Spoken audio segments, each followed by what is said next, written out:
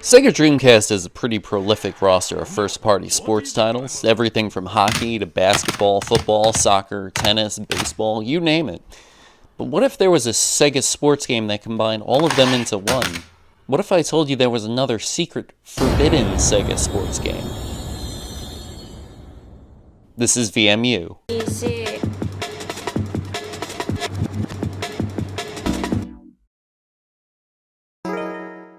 Originally released on Naomi and ported home a few months later, Sports Jam is a two-player minigame compilation / survival horror game.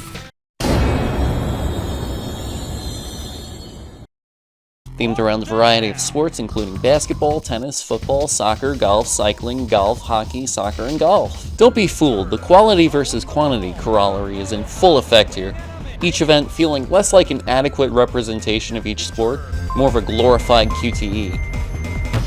Basketball's reduced to a timed button press. Football's literal button mashing. Golf is... actually, that's how most dedicated golf games control. And cycling's more button mashing. Shallow gameplay aside, the presentation's excellent. Welcome to Sports Jam! Granted, you aren't being haunted by the sleep paralysis demon. The visuals are great, not just in terms of sheer fidelity and art direction, but theming as well. Everything's presented like a professional sports broadcast, so it's bombastic and loud, has all sorts of graphics and shit flying around on the screen at your face. There's even a sportscaster who looks like he sucks the life force out of small children. Teams, and they fail all the time.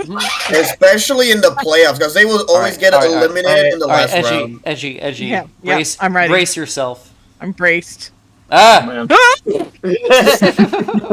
will protect you from this. Oh my god, he's giving bedroom eyes. Why is his hair chrome? I don't... We've been trying to figure don't that look out. at me like that, you monster!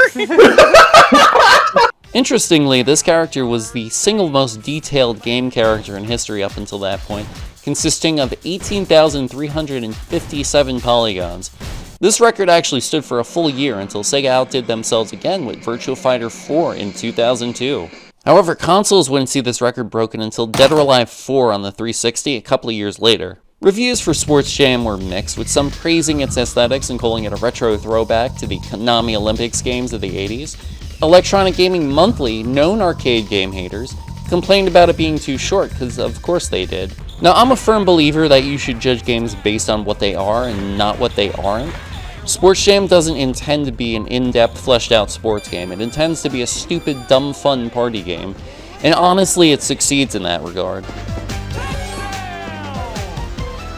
This game's offbeat concept, combined with its aggressively Y2K vibe and vibrant Sega Azure art direction, make this a certified piece of Dreamcast core.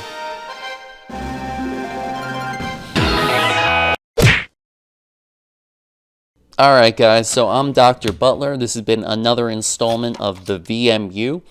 Be sure to like and subscribe for more bite-sized commentaries about the Sega Dreamcast library. And don't forget, I stream every Sunday and Wednesday at 6 p.m. Twitch.tv/Dr. Butler. We do fighting games and Dreamcast games, so check that out. Oh my god. Don't do it. It actually creeps me out. Here it comes. Jump That one actually got me.